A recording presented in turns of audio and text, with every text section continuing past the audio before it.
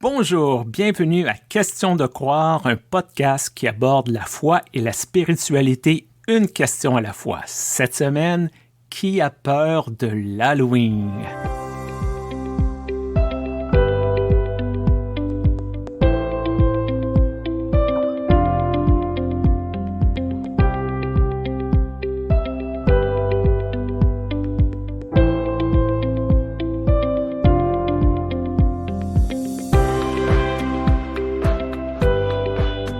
Bonjour Stéphane, est-ce que toi, Halloween te fait un peu peur? Un peu, oui, parce Ah oui? que... Ah oui, parce que c'est quand même le soir, il fait noir et lorsque je suis en voiture, il faut faire attention aux enfants qui sont pas toujours visibles. Lorsque je passe parfois l'Halloween avec mon enfant, parfois il n'y a pas de trottoir, les rues sont pas bien éclairées. Donc, ça fait toujours un peu peur. Il faut éviter les accidents, là, ces soirs-là. Ah! Vous avez peur des accidents parce qu'il y a plein de gamins dans la rue, quoi, en fait. Ah ben oui. Et surtout, j'habite dans ce qu'on appelle ici les banlieues, pas comme les banlieues en France, mais à l'extérieur du centre-ville. Donc, on peut avoir 50, 60 gamins durant la soirée facilement. Ah, d'accord. Ils font un peu les guignols avec leurs masques, ils sont excités par le sucre des bonbons. Alors, c'est ça qui te fait peur, en fait. C'est la sécurité des plus petits. Ben oui, parce qu'il y en a qui sont très petits. Oui, c'est vrai. Alors, moi, je dois dire qu'à Halloween, j'ai pas du tout peur d'Halloween parce qu'on n'a jamais 50 ou 60 gamins dans la rue. Par contre, ce que j'ai remarqué, c'est que Halloween arrivait à faire peur à beaucoup d'adultes. Ah oui.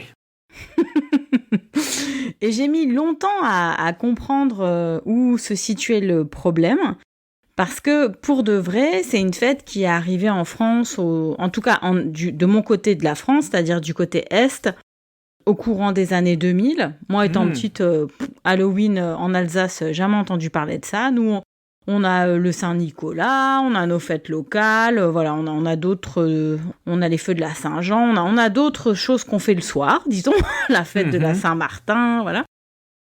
Et même ma famille américaine, au fait, qui est donc essentiellement dans le Midwest, n'a jamais vraiment eu un grand attrait pour Halloween. On nous a jamais envoyé des photos de la famille Halloween, on n'a jamais eu des conversations à propos d'Halloween. Et quand j'ai vu que ça arrivait en France, je me suis dit « Ah, mais oui, c'est vrai, c'est ce que je voyais dans les séries américaines quand j'étais adolescente. Il se passe toujours des trucs, hein, il y a toujours des histoires d'amour le soir d'Halloween, entre 3 bonbons et une citrouille. » Mais en France, quand ça déferlait un peu au courant des années 2000, pour des raisons purement commerciales, hein, je pense. Ouais. Mais parce que les gens ont besoin de se marrer un peu, hein, vu que l'actualité n'est pas toujours si drôle. Ceux qui ont pris vraiment ce combat très à cœur, ce sont nos sœurs et frères, nos adelphes évangéliques. Et je ne suis pas surpris parce que on a ce phénomène-là ici en Amérique du Nord depuis un peu plus longtemps parce que c'est une fête d'origine païenne, ce n'est pas une fête d'origine religieuse, bien que elle est célébrée la veille de la Toussaint. Ah oui, c'est ça. C'est quand même une fête hyper commerciale. Depuis le mois de septembre, il y a les bonbons et les croustilles dans les magasins, les costumes, c'est le concours à la personne qui va décorer sa maison avec le plus de toiles d'araignée et de sorcières. Il y a un côté très commercial dans tout ça. Et je dois avouer que moi, c'est très bof. Moi non plus, ce n'est pas dans ma culture familiale. J'ai grandi dans un petit village où les voisins étaient à 1 kilomètre. Donc, aller de maison à maison, ça ne valait pas la peine. Et je suis dans une église qui se soucie peu de ce sujet. Par exemple, on avait une rencontre avec une équipe de publicité qui voulait nous aider à développer notre image à travers les médias sociaux. On s'est fait demander, est-ce que vous voulez qu'on mette quelque chose sur Facebook le 31 octobre pour l'Halloween? Et nous, on a fait, bof. Ce n'est pas une préoccupation comme pour certaines églises plus évangéliques, baptistes, pentecôtistes, si on peut utiliser ce genre de qualificatif. Effectivement, pour ces personnes, c'est vraiment très troublant, cette célébration de la mort, cette célébration de la peur. Je ne sais pas qu'est-ce que ça vient chercher en eux, en elles, en yel, mais c'est vrai, c'est là. Alors ma mère, qui est une protestante réformée, libérale et féministe, c'est elle qui a initié nos filles à Halloween, parce que nous, on n'était pas intéressés pour des raisons essentiellement commerciales. On trouvait que on a assez à faire en Alsace à partir de fin novembre jusqu'à la galette des rois. Si tu veux, tu as déjà 1 mois et demi de célébrations, festivités, boostify, achats, consumérisme. Donc on n'avait pas tellement envie d'en rajouter, d'autant que moi j'ai mon anniversaire en octobre, mon père aussi, enfin je veux dire, voilà, c'est bon. Nous on était assez nourris en termes de festivités. Et comme ma mère aime bien tout ce qui a trait aux sorcières, parce que parce que t'es un peu féministe, les sorcières sont anticonformistes et tout, elle arrêtait pas de leur acheter des costumes de sorcières et de les emmener se promener pour Halloween. Ce qui, évidemment, a choqué plus d'un ou d'une paroissienne, parce qu'il est déjà arrivé que nos filles le racontent, ou qu'elles reviennent d'expédition avec leur petit chapeau de sorcière, etc. Et c'est à cette occasion qu'une amie évangélique que j'aime beaucoup, et que je salue si elle nous écoute, m'avait fait comprendre par voie détournée, je trouve d'une façon délicate, que ce n'était pas OK, puisqu'elle m'a dit, tu sais, Joanne, au centre socioculturel de cette semaine, j'ai désinscrite mes filles tel jour. J'ai dit, ah bon, bah écoute, c'est que t'avais le temps. Ah non, ça m'a un petit peu ennuyée au niveau du travail. Mais je ne pouvais pas les laisser faire les activités proposées. Alors, ça a tout de suite réveillé ma curiosité. Tu vois, je veux dire, qu'est-ce qui peut bien se passer au centre socioculturel de si complexe ? Eh bien, c'était animation sorcière. Tout ça, ça vient toucher un peu, bien sûr, le monde immatériel, hein, le lien qu'on a, nous, les chrétiens et les chrétiennes, avec ce monde immatériel, les sorcières étant réputées pour avoir une aisance, une facilité à dialoguer avec l'immatériel aussi. Enfin, il doit y avoir toutes sortes de courants de sorcières. Moi, je ne suis pas spécialisée en sorciérologie. mais comment est-ce qu'on peut imaginer que ça pourrait influencer la vie spirituelle des enfants de fabriquer des petits chapeaux de sorcière ? Je ne sais pas. Mais ce raisonnement se trouve là et m'intéresse et m'interpelle. C'est l'idée de la contamination. Parce que, pour prendre un exemple, si on fait lire Harry Potter à des enfants, ils vont tous tomber dans la magie noire. C'est comme si les gens n'avaient pas cette capacité de raisonnement, de faire la part des choses. C'est un petit chapeau en carton. On ne fait pas des incantations à Satan. C'est un roman, ce n'est pas un documentaire ou un tutoriel sur YouTube. Mais il y a des gens que c'est tout ou rien. Il faut combattre tout ce qui est perçu comme mal et peut-être satanique, que ce soit réel ou perçu, au point où j'ai déjà vu certaines communautés, au lieu de donner des bonbons, ils donnaient des dépliants religieux, incitant les enfants et les parents accompagnants de se tourner vers le Seigneur au lieu de célébrer les démons. C'est des enfants qui vont chercher des bonbons, c'est des enfants qui se déguisent. Est-ce qu'on peut garder la mesure des choses? C'est souvent ça, moi, que je dis. Est-ce que ça peut être simple? Alors, c'est vrai que moi, j'ai un peu comme toi avec Harry Potter, qui maintenant est critiqué pour d'autres raisons. Hein. Donc, on va pas rentrer dans ce débat-là. Peut-être pour un autre épisode, peut-être. Pour un autre épisode. Ah oui, on pourrait faire un épisode Harry Potter. Mais disons, sans rentrer dans des grandes discussions sur Harry Potter, pour moi, il y a toujours ce double standard dans les milieux chrétiens que je trouve fascinant d'un point de vue de la chercheuse en théologie et tout, et totalement agaçant dans la du point de vue de pasteur, hein, j'imagine un peu toi aussi, c'est, regarde, Harry Potter, c'est pas ok. Le Seigneur des Anneaux, que moi, ça m'a filé des cauchemars quand j'ai vu le premier film Seigneur des Anneaux, c'est ok. Alors que le type qui a écrit Le Seigneur des Anneaux, il n'est pas beaucoup plus équilibré que la Rowling. Hein. C'est, franchement, je pense qu'il ne faut pas délirer là-dessus. Hein. Bon, alors ok. Ensuite, Halloween, c'est pas ok. En plus, souvent on nous dit c'est commercial, c'est vrai. Noël, c'est ok. En Noël, en termes de fête commerciale, les amis, on a atteint le pompon, quoi.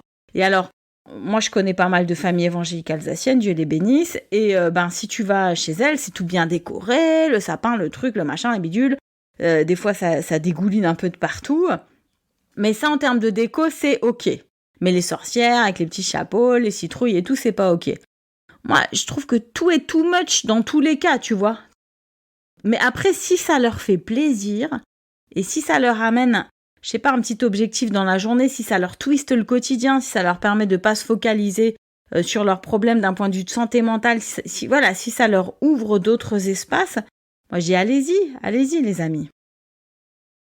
Et nous savons, en tout cas j'espère que nous savons, que la fête de Noël a de très grandes origines païennes, qui a été christianisée par la suite. Mais lorsque tu parles de double standard, c'est ça. Noël, on peut faire un lien avec la Bible, c'est OK. L'Halloween, c'est pas OK. Mais si on avait une histoire biblique de quelqu'un qui se déguise pour avoir quelque chose, mystérieusement, ça deviendrait OK. Effectivement, il y a un double standard. Et ce qui est bizarre là-dedans, pour continuer avec Harry Potter, Le Seigneur des Anneaux et tout ça, c'est des grandes sagas de l'affrontement entre le bien et le mal. Mm-hmm. C'est difficilement plus religieux, plus chrétien, mais un l'est pas OK, l'autre est OK.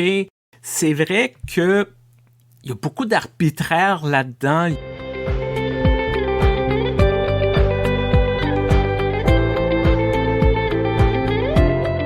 Exactement, ça me questionne et du coup ça me fait faire des expérimentations. Donc nous, quand on a changé de paroisse, quand on était à Sainte-Marie-aux-Mines dans la vallée vosgienne, on a fait plein de trucs mais on s'était jamais intéressé à Halloween et pour de vrai c'était pas très développé, je trouve, à Sainte-Marie-aux-Mines. Il faut aussi parler de quelque chose de très simple qui s'appelle la précarité humaine, qui s'appelle le fait que acheter 20 balles de bonbons pour les distribuer, en fait, surtout quand c'est la fin du mois, ça va peut-être pas être possible pour tous les foyers. Quand t'habites une vallée, c'est des grandes distances, faut monter, faut descendre. Fin octobre, il peut déjà faire drôlement froid. Comme tu dis, la sécurité, à Sainte-Marie-aux-Mines, les trottoirs sont étroits, les voitures vont très vite. Il y a peut-être des milieux où ça se vit un petit peu plus, de façon un peu plus festive. Là, c'est plus compliqué dans une vallée, plus la précarité. Quand on est retourné donc dans la banlieue de Strasbourg, qu'on avait quitté pendant 10 ans, là, on a vu que c'était un truc. Il y avait, comme tu dis, des décos et tout. Ça s'est vachement calmé depuis. La crise est passée par là. Halloween est moins sur le top list des parents pour leurs enfants. Et on s'est dit, on va tenter un truc. Et on a mis un petit stand avec des bonbons et des lumières et tout. Et puis, on a même organisé une année un atelier de bougies qu'on allait distribuer après aux voisins. Voilà, il y avait une petite dynamique, on avait envie. Et après, finalement, je me suis dit, c'est une jolie expérience, mais on a affirmé quoi, en fait ? On a fait quoi ? On a fait de la contre-culture. J'ai rien contre le fait de faire de la contre-culture. Ça peut être un appel, chacune sait ce à quoi Dieu l'appelle. Mais moi, j'ai pas tellement envie d'avoir un ministère contre, quoi. Je préfère un ministère d'initiative, un ministère qui creuse son sillon. Je préfère, cultiver une culture qui m'intéresse que de faire de la contre-culture. Concernant Halloween, ça m'a amusé 2 ans et puis après j'en ai eu marre, quoi. J'ai trouvé que il faudrait que ce soit un grand projet d'église, il faudrait que ce soit festif, il faudrait que ce soit marrant. Mais dire aux gens ne vous amusez pas trop parce que peut-être que c'est pas complètement biblique, c'est complètement inaudible. Proposer d'autres choses à côté, à d'autres niveaux, à d'autres moments, c'est plus mon appel déjà.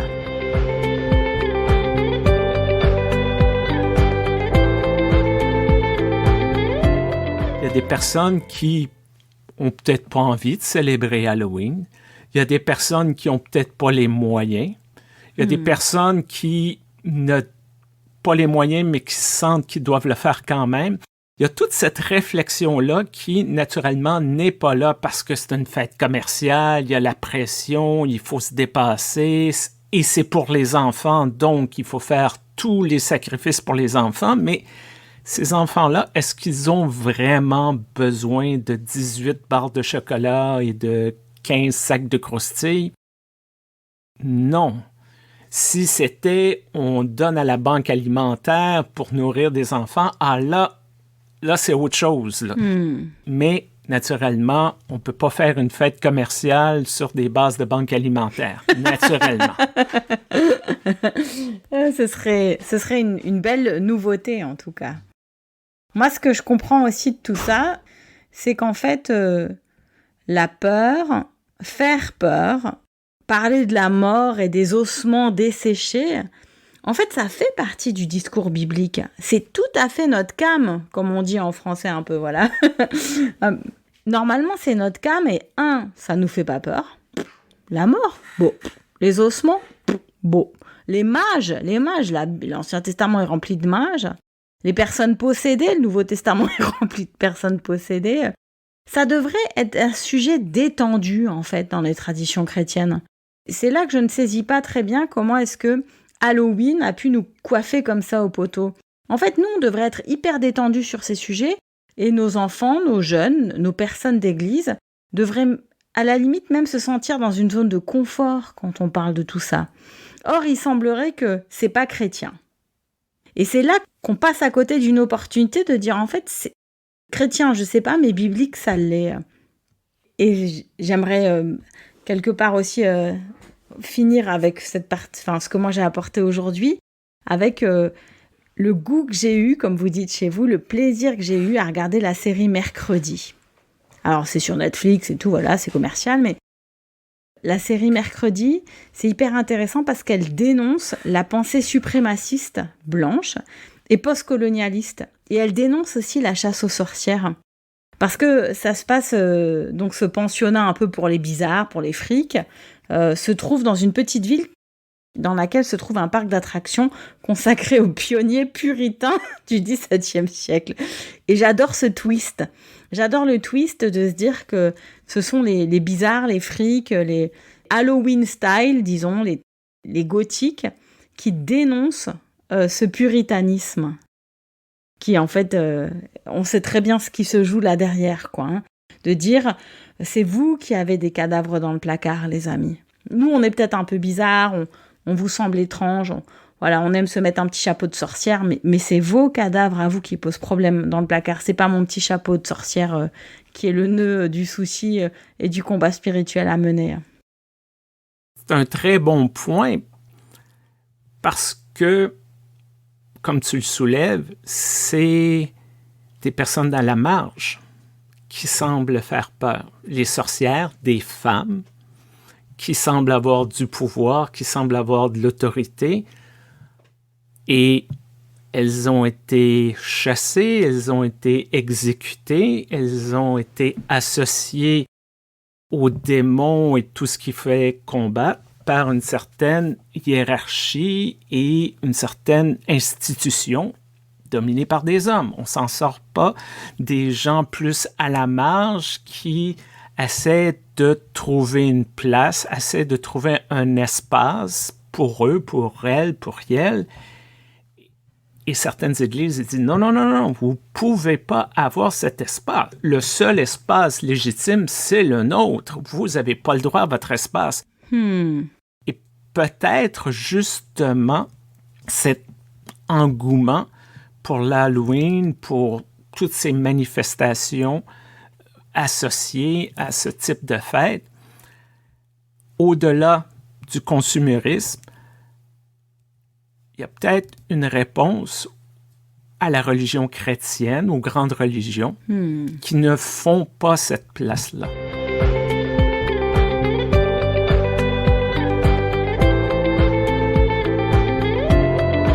J'ai le goût de te raconter quelque chose, Joanne. Il y a certaines églises fondamentalistes aux États-Unis, bien sûr, peut-être un peu au Canada, mais on voit surtout ça aux États-Unis, où ils utilisent cette culture d'Halloween, de les gens qui essaient d'avoir peur, les adolescents surtout. Ils créent ce que j'appellerais des maisons de la peur. Ils n'appellent pas ça comme ça, mais ils invitent les adolescents à venir avoir peur, mais ce qu'on leur fait peur, c'est d'un côté pas nécessairement macabre et lugubre, mais c'est un aspect plus sociétal.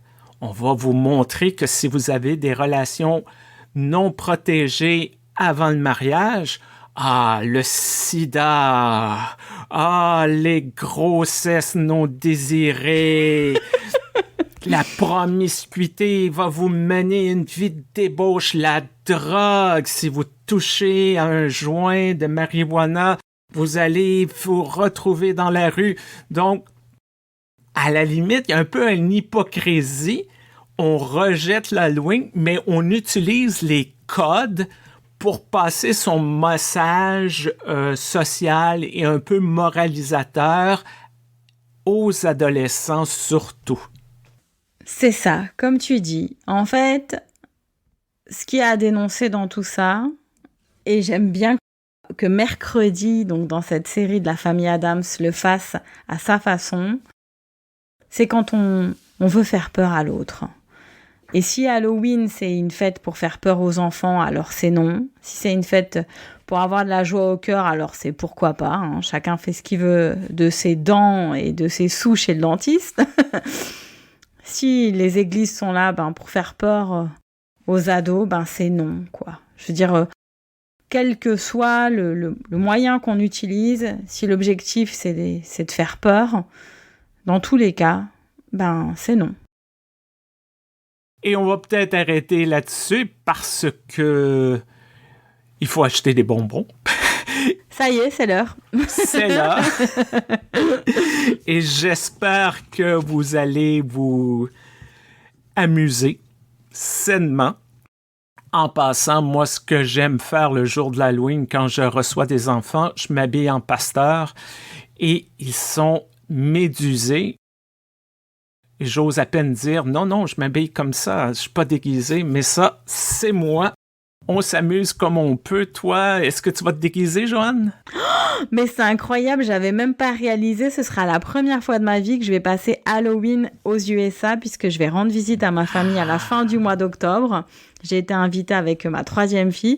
Et donc, je vais vivre cette expérience culturelle dingue. Et puis, j'imagine que je vais pouvoir prier comme ça toute la nuit contre les forces sombres. Non, mais voilà, ça va me faire une bonne expérience. Et puis, peut-être qu'après, j'aurai encore d'autres éléments de discussion pour continuer le dialogue avec celles et ceux qui sont très mal à l'aise concernant les questions d'Halloween.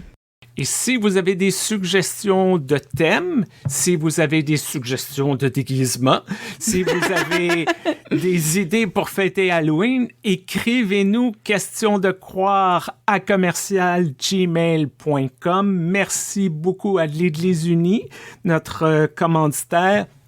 Peu importe la plateforme sur laquelle vous écoutez, n'oubliez pas d'aimer, de partager, de laisser un commentaire, ça aide toujours pour le référencement. Profite bien de ton voyage, Joanne. Profite bien de ce temps en famille élargie. Merci, à très bientôt. Et on se reparle très bientôt. Au revoir. Au revoir.